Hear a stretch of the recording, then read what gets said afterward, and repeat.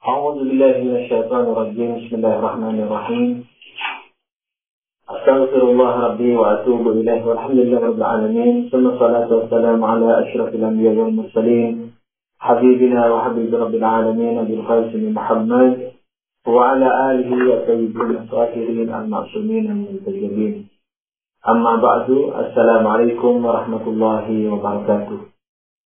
Alhamdulillah, para pemirsa, kita dapat bersua kembali pada kajian akhlak dan irfan ini, yang mana kita masih dalam pembahasan mengenai manfaat, mengenai penyerupaan akal.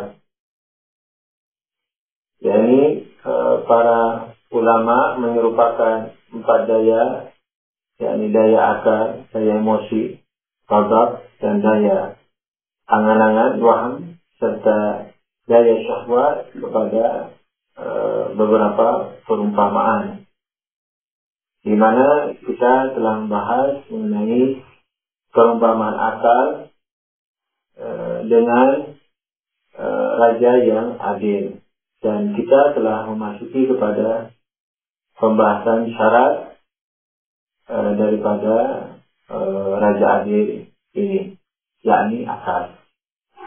Dan pada pertemuan yang terakhir terdapat penjelasan, penekanan terhadap penjelasan syarat pertama dari akal supaya menjadi raja yang adil, yaitu dengan mengisinya dengan berbagai ilmu.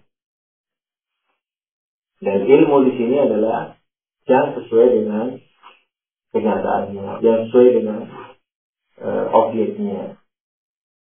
Oleh karena itu, tugas kita adalah mengasahnya, mengoreksinya terus-menerus. Apapun bentuk ilmu, apakah ilmu mengenai diri kita, mengenai Tuhan kita, mengenai Rasul kita, mengenai Quran kita, mengenai imam kita, mengenai Islam kita, mengenai organisasi kita, mengenai pekerjaan kita, mengenai kegiatan kita. Apa saja yang namanya info yang ada dalam diri kita, data yang ada dalam diri kita, itu harus dibangun di atas argumentasi yang benar dan selalu diintervensi, sehingga mendapat fadilah tafakkur sa'ah afdal min ibadah di sana. Berpikir sesaat lebih afdal dari ibadah setahun.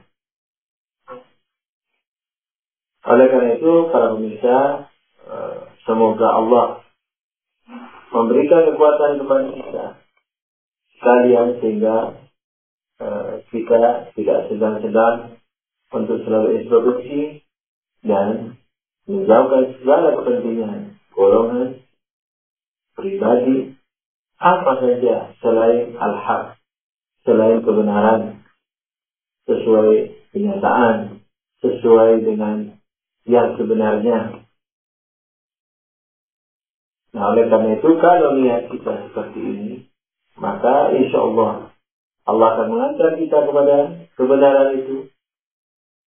Dan kalaulah kita mati di tengah jalan sebelum mencapainya, maka Allah telah akan menulis pahalanya.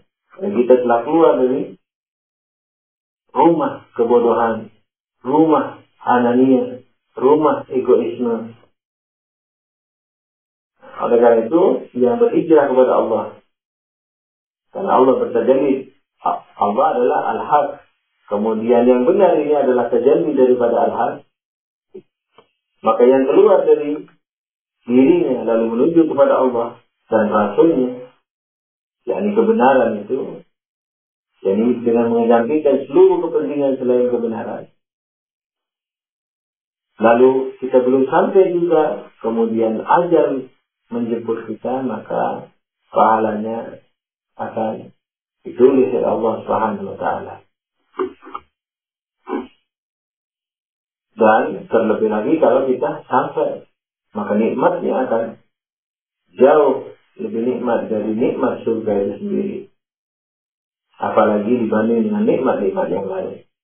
Nikmat kepentingan golongan, kepentingan keluarga, kepentingan keuangan, kepentingan kesehatan, kepentingan apa saja selain masalah kebenaran. Oleh karena itu, kalau misal semoga kita diselamatkan oleh Allah dari segala gelombang yang mengacaukan kebenaran, gelombang hawa nafsu, lingkungan, apa saja, kepentingan, sehingga kita betul-betul bisa menaiki perahu keselamatan, perahu Nabi Nuh, sehingga kita insya Allah akan mengarungi gelombang itu, gelombang hidup ikut tersebut kepada Allah SWT dengan segala tajallinya, manifestasinya yang berupa kebenaran. Inilah makna daripada hujjah batinah, sebagaimana telah disampaikan riwayatnya pada pertemuan yang terakhir.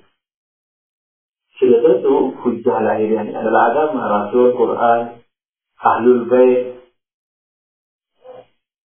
Makanya Rasulullah mengatakan Ahlul Baitku, yang Ahlul Bait yang maksum, yakni yang 13 orang yang maksum, 12 imam ditambah Fatimah Zahra alaihissalam jami'an. Ahlul Bait ini kasafinatin Nuh, seperti perahunya Nabi Nuh. Man taqabaha naja wa man tarakaha lara. Siapa yang menumpanginya maka dia selamat, dan siapa yang tidak menumpanginya maka dia akan tenggelam. Jadi hiruk pikuk yang menjauhkan orang daripada kebenaran, hiruk pikuk kepentingan pribadi, golongan dan seterusnya, ini dengan menaiki perahu Ahlul Bait, perahu Rasulullah, maka kita akan selamat. Nah, hujjah batinnya ini juga demikian. Akal ini adalah ibarat, kalau boleh saya perumpamakan juga sebagai perahu Nabi Nuh, tapi sebagai hujjah batinah, hujjah yang ada dalam batin. Dan ini mengapa saya sampai pada pertemuan ini masih tetap menekankan kepada masalah keilmuan dalam segala hal ini, koreksi ilmu data kita terhadap apa saja diri Tuhan dan seterusnya. Kenapa saya tekan-tekankan? Karena disinilah dasarnya para pemirsa. Kalau dalam pengetahuan ini saja sudah salah, maka keimanannya salah. Salah menatap Tuhan, salah menatap Quran, salah menatap Nabi, salah menatap imam, salah menatap agama, salah menatap ulama, salah menatap maraji, dan seterusnya. Salah menatap Imam Mahdi, salah menatap kenyataan. Ya, ini tidak ada yang lebih celaka daripada yang demikian ini. Kalau misalnya yang budiman, syarat kedua supaya manusia atau supaya akal ini menjadi raja yang adil, sehingga manusia juga menjadi raja yang adil bagi dirinya, atau akal ini supaya menjadi raja yang adil bagi segenap kuah-kuah yang lain, yakni daya-daya yang lain, adalah apa para pemirsa? Tidak ada lain kecuali konsekuen kepada apa yang dipahaminya. Ini syarat yang paling tidak bisa dihindari juga. Sebagaimana argumentasi yang terbuka, yang terus mengoreksi dirinya sampai ajal menjemput, sebagaimana hal itu juga harus dilakukan, koreksi yang terus menerus sampai ajal menjemput terhadap data yang ada. Seperti juga tekanannya kepada kemestian mengamalkan apa yang diketahui itu.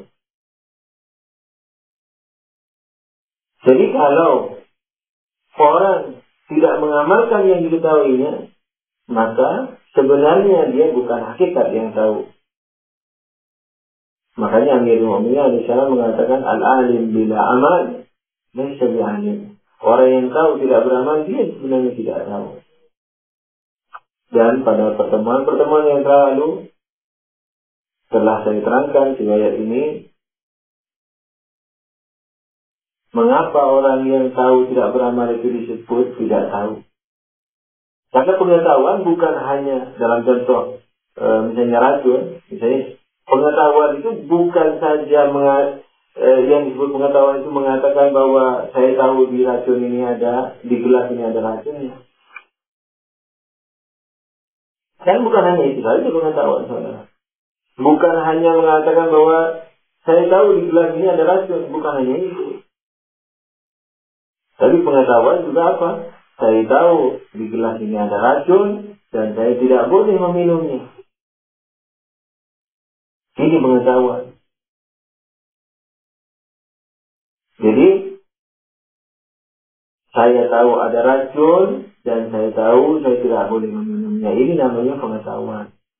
Tapi kalau sekedar saya tahu ada racun, terus kenapa? Ya, tidak tahu racun itu apa manfaatnya misalnya. Nah ini bukan pengetahuan. Kalaulah masih kita mau basa-basi, ini separuh pengetahuan. Jadi pengetahuan itu adalah apa? Ketika saya tahu di situ ada racun dan saya tidak meminumnya, itu baru saya tahu bahwa itu racun itu apa. Bukan hanya tahu keberadaan racun, tapi racun itu apa. Maksiat juga begitu. Kalau saya masih melakukan maksiat, berarti saya tidak tahu maksiat itu apa. Nah, jadi kita tahu ini maksiat, kita tahu bohong ini maksiat, kita tahu ghibah itu maksiat, kita tahu menggunjing orang itu maksiat, kita tahu melihat perempuan yang bukan muhrim selain wajah dan kadang-kadang telapak tangan itu maksiat. Nah, jadi pengetahuan harus lengkap. Yakni saya tahu bahwa melihat perempuan, katakanlah, atau perempuan melihat lelaki selain wajah dan tangannya maksiat dan saya tidak boleh melakukannya dan saya tidak ada melakukannya. Ini baru pengetahuan. Jadi bukan hanya mengerti itu maksiat, mengerti ada neraka. Tidak terlalu banyak untuk mengerti ada neraka, mengerti ada harimau di situ, tapi nggak lari. Nah, jadi ketika mengerti ada harimau, apa harimau? Yang bisa memaksa kita. Nah, itu namanya pengetahuan begitu. Maka itu kita lari, menghindar. Maksiat juga begitu. Apa maksiat? Yang dapat menggerogoti insaniah kita, menggerogoti kemanusiaannya manusia kita yang ada dalam diri kita. Bisa menghancurkan ketentraman surgawi, tajalli surgawi, manifestasi surgawi yang ada dalam jiwa kita. Lalu akan muncul sebagai gantinya apa? Manifestasi neraka, kegelisahan dan sebagainya. Dan akhirnya apa? Yang namanya maksiat akan mengantar kita ke neraka, ke azab Allah Subhanahu wa taala, ke murka Allah, kepada kebencian Allah. Nah ini namanya ilmu. Jadi kalau hanya tahu, lalu tahu keberadaannya, tapi tidak tahu bahayanya, atau tahu bahayanya, tapi tidak menghindari, ini namanya bukan pengetahuan. Jadi pengetahuan adalah apa? Konsekuensi. Oleh karena itu, Allah dalam hadis qudsinya, dalam sebuah riwayat dikatakanlah, ma khalaqallahu al-aqla istantabahu. Ketika Allah pertama kali menciptakan, Allah katakanlah mengajaknya berbicara. Summa qala lahu akbir. Lalu Allah berkata kepadanya, akbir, mendekatlah. Fa'akbal, maka ia mendekat. Summa qala lahu, kemudian Allah berkata kepadanya, adbir, menjauhlah, membelakanglah. Fa'adbara, maka dia kembali menjauh. Faqala, lalu Allah berfirman, wa izzati wa jalali ma khalaqtu khalqan ahsan minka. Iyyaka amru wa iyyaka anha.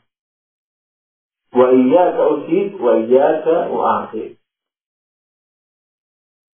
Allah bersumpah, demi kejayaanku, demi keperkasaanku, ma khalaqtu khalqan ahsan minka.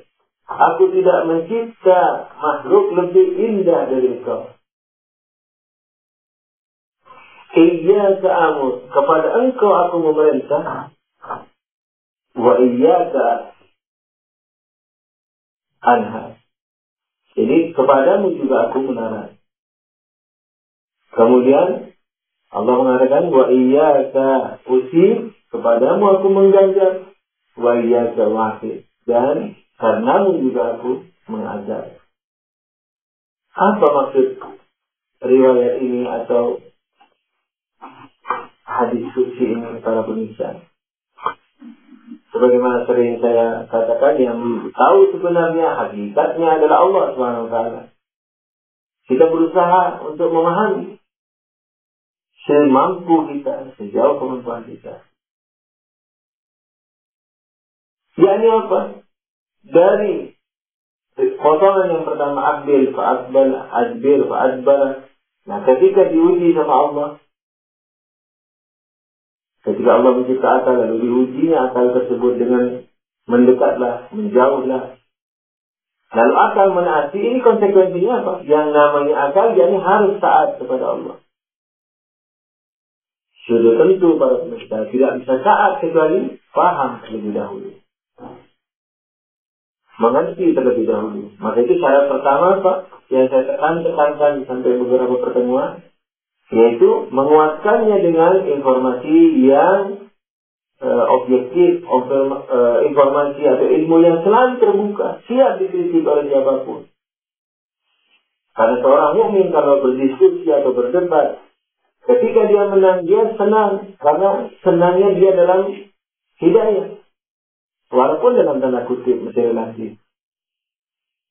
Kalau dia kalah, dia juga senang. Karena apa? Karena dia mendapatkan kebenaran. Walaupun masih dalam tanda kutip.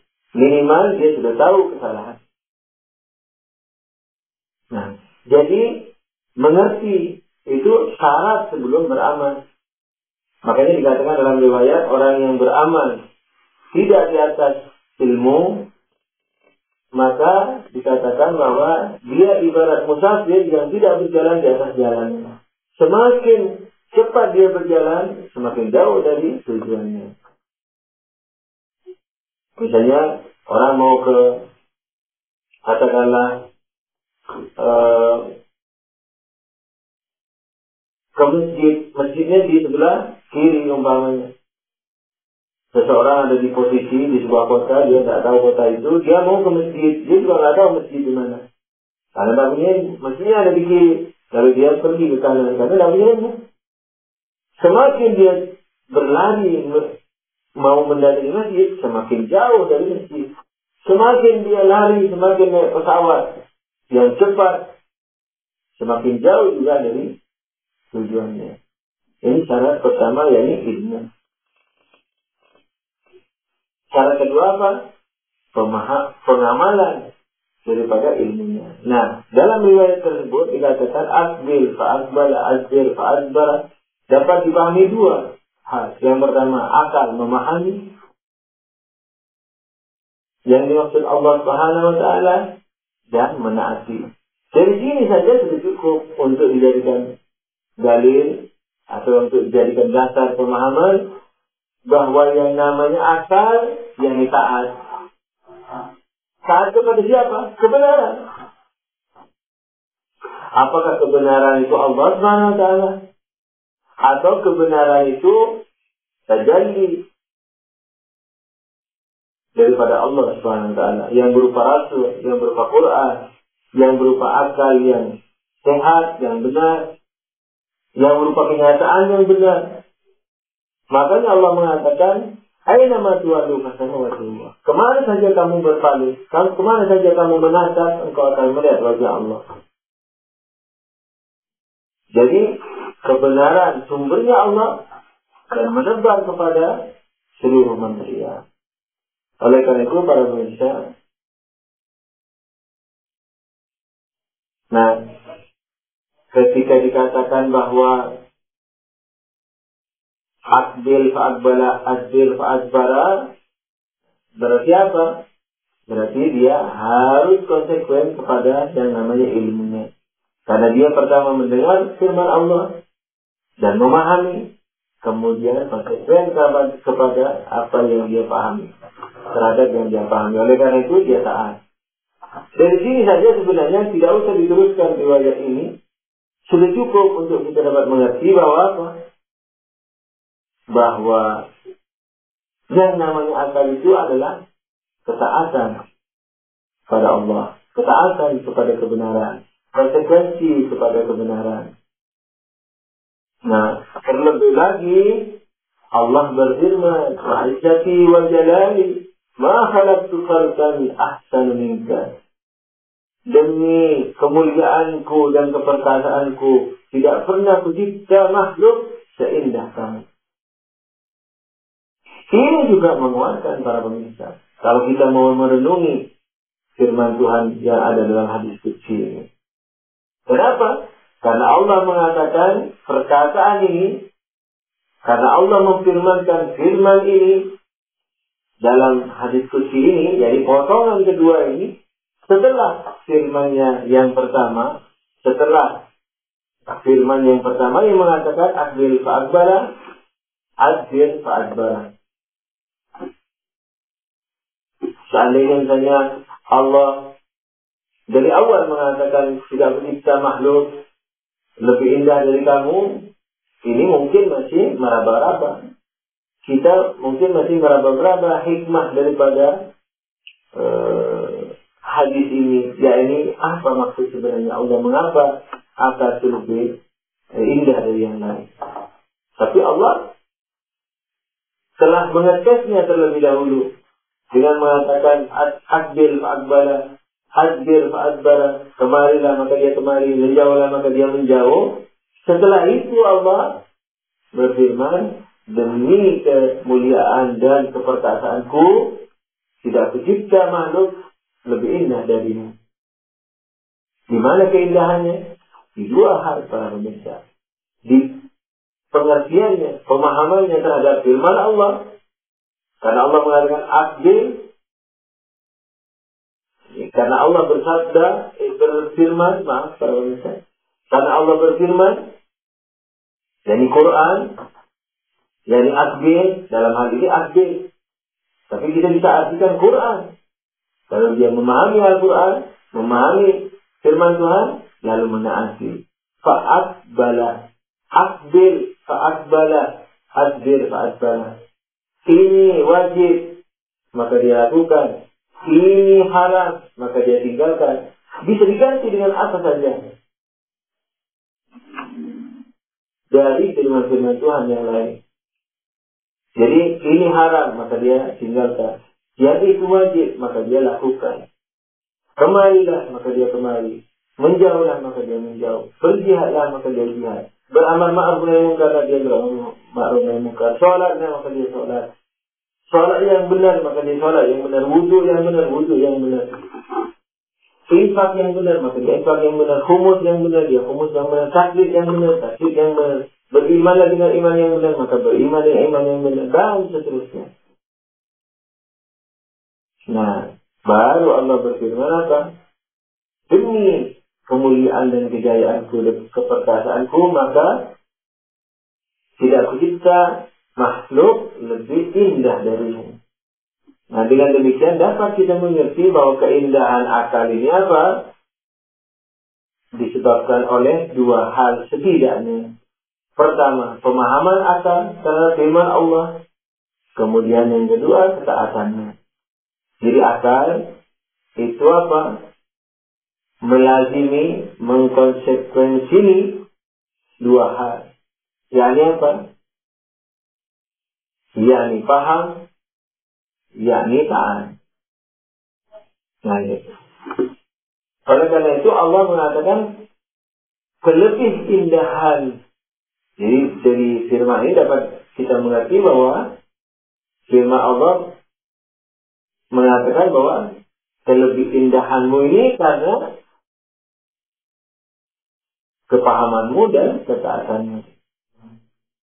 Oleh karena itu kalau dalam ayat dikatakan la'allakum ta'qilun, dalam riwayat dikatakan la'allakum ta'qilun, Misalnya itu merupakan sesuatu yang sesuai dengan kenyataannya. Misalnya dalam surah Al-Baqarah ayat 242, A'udzubillahi minasyaitonir rajim, kadzalika yubayyinullahu lakum ayatihi la'allakum ta'qilun. Begitulah Tuhan menjelaskan ayat-ayatnya kepada kalian supaya kalian apa? Paham. La'allakum ta'qilun, supaya kalian menggunakan akal kalian, supaya kalian mengerti, supaya kalian paham. Nah, dengan demikian maka dari firman dalam hadis qudsi ini yang mengatakan tidak kucipta makhluk lebih indah darimu, kalau ditanya apa sebabnya,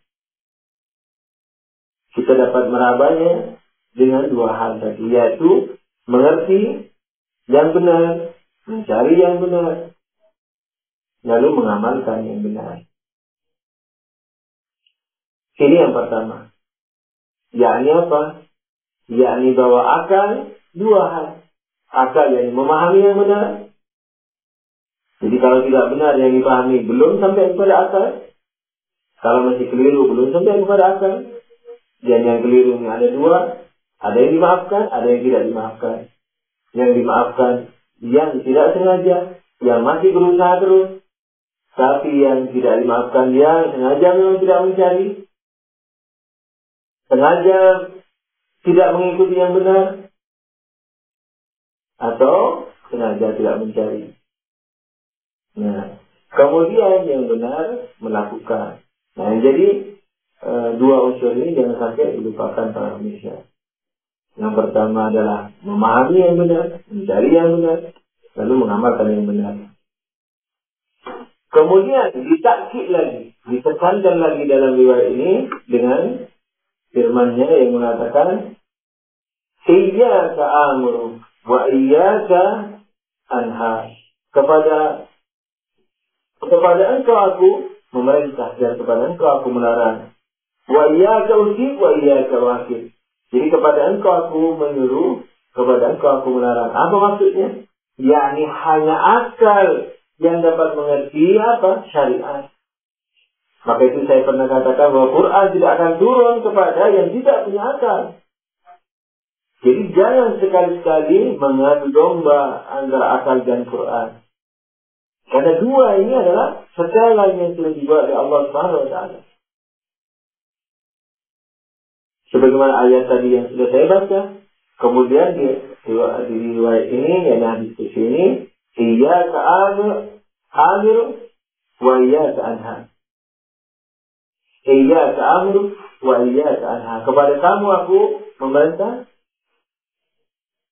dan kepada kamu aku melarang. Yang ini apa? Kenapa kepada akal? Kenapa tidak kepada emosional? Kenapa tidak kepada binatang? Kenapa tidak kepada pertumbuhan? Hanya kepada akal. Kenapa tidak kepada syahwat, daya syahwat, daya ghadab, daya emosi, daya kelezatan, daya angan-angan? Kenapa ini tidak diperintah? Karena dia tidak dapat memahami.